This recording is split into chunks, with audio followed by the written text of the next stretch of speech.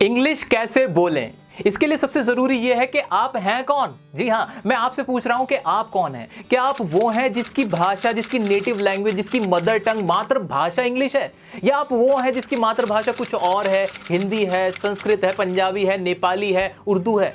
तो ये बहुत इंपॉर्टेंट है। अगर आपकी मातृभाषा इंग्लिश है तो कोई प्रॉब्लम होने वाली नहीं है, लेकिन अगर आपकी मातृभाषा, आपकी मदर टंग, जिसमें आपकी परवरिश हुई है, आपके आसपास जो भाषा बोली जाती है वो कोई और है, तो आपको इंग्लिश बोलने के लिए दिक्कत होगी। दिक्कत क्यों होगी? क्योंकि जो आप सोचते हो, आपकी थिंकिंग लैंग्वेज जो है वो इंग्लिश नहीं है। थिंकिंग लैंग्वेज कुछ और है। आपको क्या करना पड़ेगा, उस लैंग्वेज को पहले ट्रांसलेट करना पड़ेगा इंग्लिश के अंदर, तब आप इंग्लिश बोल पाओगे। जी हाँ, अगर जो थ्योरी है, जो कहते हैं ना कि आप सब कुछ इंग्लिश में सोच लो और इंग्लिश बोलने लगोगे, इसके लिए ये बस मैं यही कह सकता हूं कि ये सोचने में अच्छा है, मोटिवेशन के लिए अच्छा है, लेकिन प्रैक्टिकल नहीं है। आप जो बोल रहे हो बहस के लिए, सुनने के लिए अच्छा है, लेकिन प्रैक्टिकल नहीं है। तो जी हाँ दोस्तों, ये बात तो हमें क्लियर हो गई है कि इंग्लिश में सोचकर तो अपना कुछ भला नहीं होने वाला है। हमें प्रैक्टिकल रहना है, हमें अपने आप से झूठ नहीं बोलना है, खुद को बेवकूफ मत बनाओ, ठीक है ना। इंग्लिश में नहीं सोच पाओगे। आपको कैसे सोचना है? आप हिंदी में ही सोचोगे, जो आपकी मातृभाषा है उसी में सोचना, ठीक है। अब उसके बाद क्या करना है, ट्रांसलेट करना है, और ट्रांसलेट के बाद आप स्पीकिंग करोगे। जो ये सारी बातें हैं, इनको ना थोड़ा मैं और गहराई से आपको बताना चाहता हूँ। जरा सुनोगे मेरे नजरिए से, जरा देखो सिचुएशन को, थोड़ा सा एनालिसिस करते हैं, पोस्टमार्टम करते हैं इसका। हमें अगर इंग्लिश बोलनी होती है तो हम क्या करते हैं? सबसे पहले हम क्या करते हैं, हम किसी भी चीज को ना सोचते हैं, हिंदी में या जो भी आपकी लैंग्वेज है उसमें आप सोचते हो। पहले क्या करते हो, थिंकिंग का काम करते हो, सोचने का काम करते हो। उसके बाद क्या होता है, ट्रांसलेशन होती है, यानी प्रोसेसिंग होती है। अब ट्रांसलेशन में क्या होगा, जो आपकी लैंग्वेज है उस लैंग्वेज को आप इंग्लिश में बदल दोगे, इंग्लिश में ट्रांसलेट कर दोगे, फिर स्पीकिंग हो जाती है, यानी फिर आप बोल देते हो वो चीज। ये होता है। अगर आप इंग्लिश सुन रहे हो फिर क्या होता है, तो पहले लिसनिंग का काम होता है। आप सुनते हो, कानों से सुनते हो, ठीक है ना, कानों से ही सुनते हो ना, ठीक है। तो पहले लिसनिंग का काम हो गया, फिर क्या होता है, फिर आपकी प्रोसेसिंग हुई, यानी ट्रांसलेशन हुई, और फिर क्या होता है, फिर आप अंडरस्टैंड कर लेते हो। क्या कर लेते हो? अंडरस्टैंड कर लेते हो। और क्या हो सकता है, आप रीडिंग करते हो, इंग्लिश को पढ़ते हो, रीडिंग करने के बाद फिर क्या होता है, फिर वही प्रोसेसिंग होती है, ट्रांसलेशन होता है, और उसके बाद आप क्या करते हो, अंडरस्टैंड कर लेते हो। और क्या होता है, अगर आपको लिखनी पड़ती है इंग्लिश, फिर क्या करते हो, लिखने के लिए भी आपको क्या करना पड़ता है, थिंकिंग करनी पड़ती है, सोचना पड़ता है। उसके बाद फिर वही ट्रांसलेशन करनी पड़ती है, उसको ट्रांसलेट करा, प्रोसेसिंग हुई, और उसके बाद फिर क्या करते हो, आप राइटिंग कर लेते हो। इंपॉर्टेंट पॉइंट यह है कि इसके अलावा कोई और काम नहीं होता। और बहुत इंपॉर्टेंट पॉइंट, सबसे इंपॉर्टेंट पॉइंट जिस पे मैं आपका ध्यान दिलाना चाहता हूं वो ये है कि इन सभी प्रोसेस के अंदर ये जो हमारा ट्रांसलेशन का जो काम है ये सब में कॉमन है, यानी ट्रांसलेशन तो करनी ही पड़ेगी अगर आपकी नेटिव लैंग्वेज इंग्लिश नहीं है। ये बात क्लियर हो रही है दोस्तों, राइट? चलो अब आगे बढ़ते हैं। इसमें एक और बहुत अच्छी बात है जो एनालिसिस करने के लिए है, वो ये है कि जब हमने इंग्लिश को बोला और लिखा वो हमारे एक्स्ट्रा एफर्ट थे। क्या कहा मैंने, कि जब मैंने इंग्लिश को बोला और लिखा वो हमारे एक्स्ट्रा एफर्ट थे, लेकिन अंडरस्टैंड करने के लिए कोई एक्स्ट्रा एफर्ट नहीं लगाने पड़े। कि आपने इंग्लिश को पढ़कर या सुनकर कितना समझा ये सिर्फ आप जानते हो, ये सीक्रेट है, किसी को नहीं पता। अगर आपने 50% भी समझा और तुक्का मार भी लिया तो भी सामने वाले को लगेगा कि शायद इसको आती है ना। लेकिन अगर आपको बोलने की बारी आई तो आप 50% पे काम नहीं चला पाओगे, आप अटक जाओगे, आप कहोगे कि मुझे तो इंग्लिश बोलना नहीं आता है। इसलिए प्रॉब्लम होती है हमें बहुत ज्यादा लिखने में और बोलने में, क्योंकि हमें क्या होता है, हम ना पूरी इंग्लिश सही नहीं बोल पाते, हमें 100% ट्रांसलेशन करनी पड़ती है, ठीक, तब जाके हम सही बोल पाते हैं और लिख पाते हैं। तो आप में से मेरे बहुत सारे साथी मुझसे कहते हैं कि सर मैं इंग्लिश समझ तो लेता हूं लेकिन मैं बोल नहीं पाता हूं, मैं लिख नहीं पाता हूं। तो उनकी प्रॉब्लम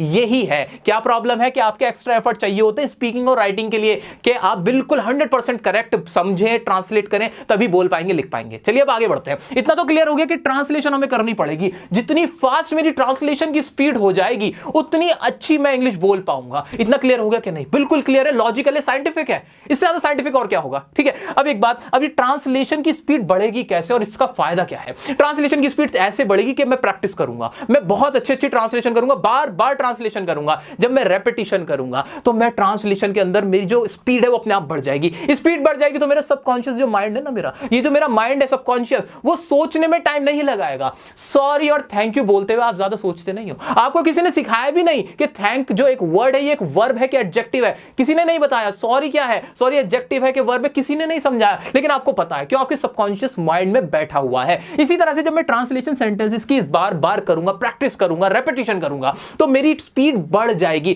जिससे मेरा फायदा ये हो जाएगा कि मेरे सबकॉन्शियस माइंड में वो सेंटेंसेस अपने आप फ्रेम हो जाएंगे और मुझे सोचना नहीं पड़ेगा। मैं सेकंड्स के अंदर जो मेरे सेंटेंसेस उन्हें ट्रांसलेट कर दूंगा, इंग्लिश बोल लूंगा और मैं फ्लुएंट स्पीकर बन जाऊंगा। यही होता है तरीका। जितने भी इंग्लिश बोलने वाले बॉलीवुड स्टार्स हैं या क्रिकेट प्लेयर्स हैं, जिन्हें भी आप देखते हो वो ऐसा ही करते हैं। उनका सबकॉन्शियस माइंड बहुत क्लियर हो चुका होता है, वो ट्रांसलेशन स्पीड उनकी बहुत तेज हो चुकी होती है। क्लियर है?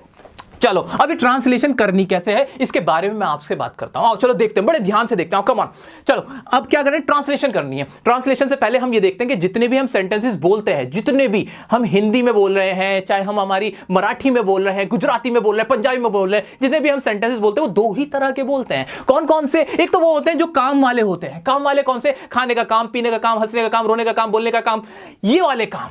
ठीक है। एक वो होते हैं जो नाकाम होते हैं। नाकाम मतलब जिनमें कोई काम नहीं हो रहा होता, बस बात बताई जाती है कि वो मेरा टीचर है, तुम मेरे भाई हो, वह हमारे सर है, हमारे डियर सर हैं, वो ये एक यूट्यूबर है। इस तरह से हम बातें करते हैं बस नॉर्मल। मैं बीमार हूं, तुम अच्छे हो, इसमें कोई काम नहीं चल रहा होता। ठीक है। लेकिन जो मेनली बोले जाते हैं वो काम वाले बोले जाते हैं, आप गौर कर लेना। ठीक है। तो काम वाले जो हमारे सेंटेंसेस है वो ज्यादा हम इस्तेमाल करते हैं। Right, okay. अब काम वाले सेंटेंसेस जहां होंगे वहां टेंसेस के रूल्स लग जाएंगे। ये टेंस क्या होता है? अरे आपके लिए एक बहुत अच्छी वीडियो बना रखी है, 2 घंटे की रिकॉर्ड वीडियो, जिसके अंदर करोड़ों लोग फायदा उठा चुके हैं। अगर आपने नहीं देखी तो प्लीज देख लेना, उसको देखना जरूरी है। क्यों देखना जरूरी है सर? ग्रामर सीखो इतनी सारी? नहीं नहीं नहीं नहीं, लेकिन बेस बनाने के लिए ना, स्पीकिंग की बेस के लिए थोड़ी ग्रामर आनी आपके लिए इंपॉर्टेंट है। मैं नहीं कह रहा कि आपको बिल्कुल डेप्थ में जाना है, लेकिन इतनी जरूर आनी चाहिए कि स्पीकिंग कर पाओ। ठीक है ना? तो आपको टेंसेस सीखने कहां से सीख लोगे? मैंने जो वीडियो बना रखी है उससे काम आपका हो जाएगा, आपकी जिंदगी आसान हो जाएगी। टेंसेस के रूल समझ लेंगे हम। ठीक है। वो सीखने के बाद क्या करना है, आपको छोटे छोटे सेंटेंसेस फ्रेम करने। कैसे फ्रेम करने वो सुनो, और उसमें भी कौन सी चीजें आपको ज्यादा पढ़नी है। स्पीकिंग के पॉइंट ऑफ व्यू से टेंसेस के कौन से रूल्स लगते हैं वो देखो। आप मुझे बताओ, आप जितनी भी रोजाना बात करते हो अपने दोस्तों से, अपने रिश्तेदारों से, तो वहां आप कौन सी बातें करते हो?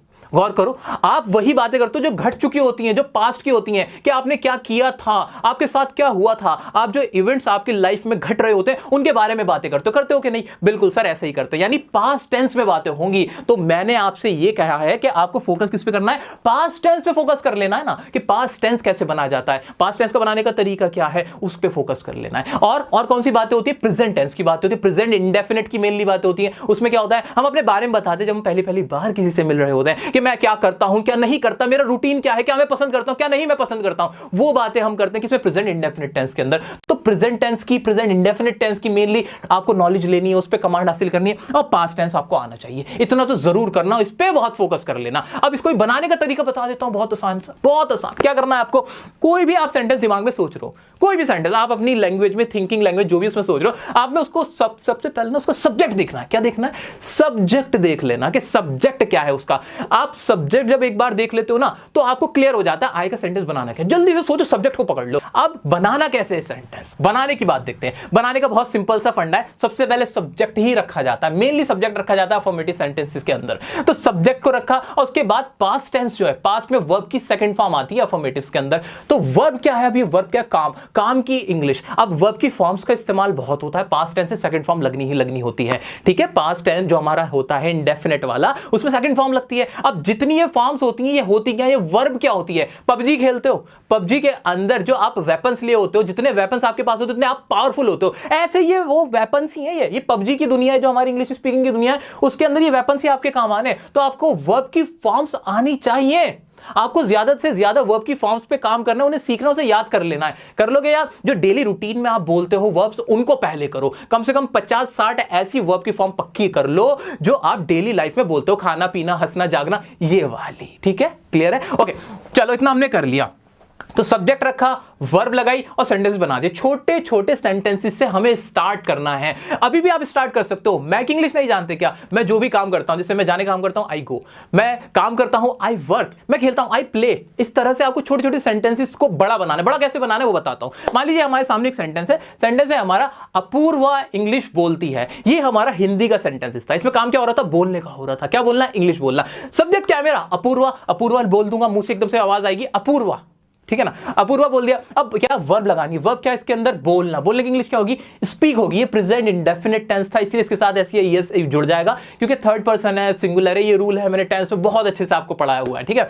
अपूर्वा स्पीक्स इंग्लिश, सेंटेंस बन गया। छोटा सेंटेंस था, अभी रुको, ये छोटा था, इसको बड़ा कर दूं? लाओ बड़ा कर देते हैं। बड़ा करने के लिए क्या करना होता है? अगर कोई भी सेंटेंस बड़ा कर रहे हो तो आप आगे की कोई बात कर रहे होते हो और उसमें आप कोई पर्पस बता दो। क्या पर्पस? अपूर्वा इंग्लिश क्यों बोलती है? अगर ये वाली बात आ जाए कि अपूर्वा इंग्लिश क्यों बोलती है, मान लो अपूर्वा अपने टीचर टीचर को इंप्रेस करने के लिए इंग्लिश बोलती है, फिर क्या करोगे?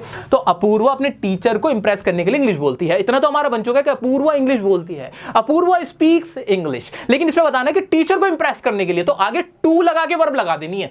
क्या कहा मैंने? अगर दो वर्ब हो, एक से ज्यादा वर्ब हो किसी भी सेंटेंस के अंदर, तो जो दूसरी वर्ब लगाओगे उसको टू लगा के मेन वर्ब की फर्स्ट फॉर्म ही लगाओगे। तो यहां क्या हो जाएगा? Apoorva speaks English to impress her teacher. इस तरह से आप ये सेंटेंस बनाओगे। सेंटेंस बड़ा हो गया? हाँ हो गया। सर इसको चेंज और कर सकते हो, और तरह से भी बोल सकते हैं? हाँ बोल सकते हैं। कैसे बोल सकते हैं?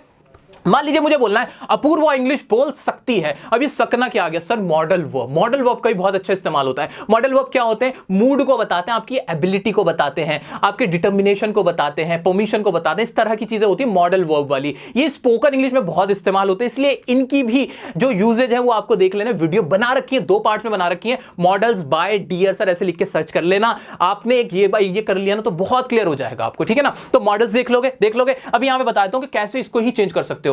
कुछ भी नहीं करना, अपूर्वा है ना, सब्जेक्ट तो वहीं रहेगा ना, कहीं कोई नहीं जा रहा। अपूर्वा कैन लग जाएगा, क्या एबिलिटी को दिखाने के लिए, अपूर्वा कैन स्पीक इंग्लिश। इस तरह से ये सेंटेंस मेरा बन जाएगा। ये तो मैंने आपको सिर्फ छोटे छोटे एग्जांपल दिए, मैंने आपको एक तरीका बताया कि देखो ऐसे कर सकते हो आप। अभी मैं आपको बताता हूं कि इसके अलावा क्या करना है। इसके अलावा हमें फ्लुएंट दिखने के लिए, एडवांस दिखने के लिए, इंप्रेसिव दिखने के लिए बहुत अच्छी वोकैब आनी जरूरी है। वोकैबुलरी कैसे आप इंप्रूव कर सकते हो, तो कुछ वोकैब्स बताता हूं जो डेली लाइफ की है आपकी, जो रोजाना आप इस्तेमाल ना चाहते हुए भी करते ही करते हो, उनको कैसे आप एडवांस मैनर में बोलोगे, उनकी एडवांस रिप्लेसमेंट मैं आपको बता रहा हूं। क्या वो जो आप डेली लाइफ में भी बोलते हो उनको मत बोलना, जो मैं बता रहा हूं उनको बोलना। कौन सी? सबसे पहली तो हो गई, मान लो आप किसी को बोलते हो मैं बहुत खुश हूं। बहुत खुश होने की इंग्लिश क्या होती है? Very happy.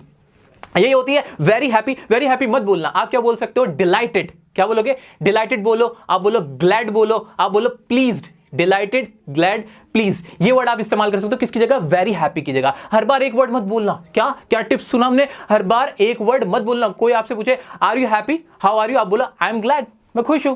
ठीक है, वेरी हैप्पी की जगह ग्लैड बोल दो, प्लीज बोल दो। कोई आया है तो आप बोल सकते हो I am please to see you, मैं खुश हूं तुम्हें देखकर। इस तरह से, ठीक है ना? और क्या होता है? मैं उदास हूं। क्या उदास भी बोल देते कि आज मैं उदास हूं, मेरा मूड खराब है, तो उसकी इंग्लिश क्या होगी? वेरी सैड मत बोलना, वेरी सैड नहीं बोलना, आप उसकी जगह बोल सकते हो डिजेक्टेड।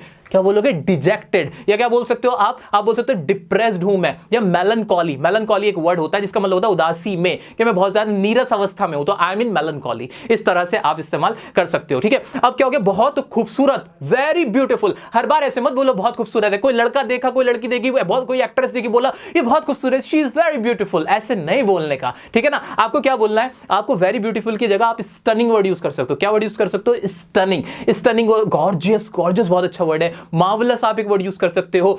या ट्रिमेंडस भी एक वर्ड होता है जो खूबसूरती को या तूफानी को दिखाने के लिए इस्तेमाल किया जाता है, आप वो वर्ड भी यूज कर सकते हो, ठीक है? तो ये बहुत खूबसूरत के लिए आ गया। एक डेजलिंग वर्ड मुझे बहुत पसंद है, डेजलिंग का इस्तेमाल आप करना, डेजलिंग, ठीक है? तो ये आपने देखा होगा फेसबुक आईडी में भी कुछ लोग डेजलिंग वर्ड लगाते हैं, वो यही होता है, बहुत खूबसूरत डेजलिंग वर्ड हो गया, ठीक है? बहुत बड़ा, वेरी बिग, इसके लिए आप वर्ड यूज कर सकते हो हैफ्टी, कोलोसल। क्या वर्ड यूज करने? हैफ्टी, कोलोसल आप वर्ड इस्तेमाल कर सकते हो। ऐसे ही कोई बहुत मुश्किल है, वेरी डिफिकल्ट, उसके लिए वर्ड यूज कर सकते हो प्रॉब्लमैटिक, चैलेंजिंग या बर्डनसम। अगर कोई मेहनती है, बहुत ज्यादा मेहनती है, वेरी हार्ड वर्किंग, उसके लिए आप वर्ड यूज करना सिंपल सा एक प्रॉपर वर्ड है डिलीजेंट। क्या? डिलीजेंट या असिडुअस। इस तरह का आप वर्ड इस्तेमाल कर सकते हो। तो जितने भी मैंने आपको वर्ड बताए ये ऐसे ही नहीं बताए, इस पे बेस्ड आपको होमवर्क दिया जाएगा। होमवर्क कैसा होगा? आपको क्या करना होगा? जो भी आपको होमवर्क दिया जाएगा, हिंदी के सेंटेंसेस होंगे, आपको इंग्लिश में ट्रांसलेट करने होंगे और बोलने होंगे, बहुत ज्यादा प्रैक्टिस करनी होगी उनकी। होमवर्क मिलेगा कहां? इंस्टाग्राम पे, जो हमारा ऑफिशियल इंस्टाग्राम है, उसकी हाईलाइट्स के अंदर आपको होमवर्क मिल जाएगा। अगर कोई भी डाउट आता है, किसी भी तरह का डाउट आता है, तो कोई दिक्कत वाली बात नहीं, मैं हूं ना आपके साथ, मैं आपको हर डाउट का जवाब दूंगा। आप मेरे से पर्सनल भी बात कर सकते हो, मेरे पर्सनल इंस्टाग्राम पे मैसेज करना, आपको रिप्लाई करूंगा, आपकी सारी प्रॉब्लम मैं सॉल्व करने वाला हूं, ठीक है? तो कोई दिक्कत वाली बात नहीं है, आपको इंग्लिश बुलवा के ही रहनी है मेरे को, ठीक है? तो कोई टेंशन लेने की जरूरत नहीं है। अगर आपने चैनल को सब्सक्राइब नहीं किया, चैनल को सब्सक्राइब करो, वीडियो को लाइक करो, अपने दोस्तों के साथ शेयर करो, ताकि ज्यादा से ज्यादा लोग इससे फायदा उठा सकें।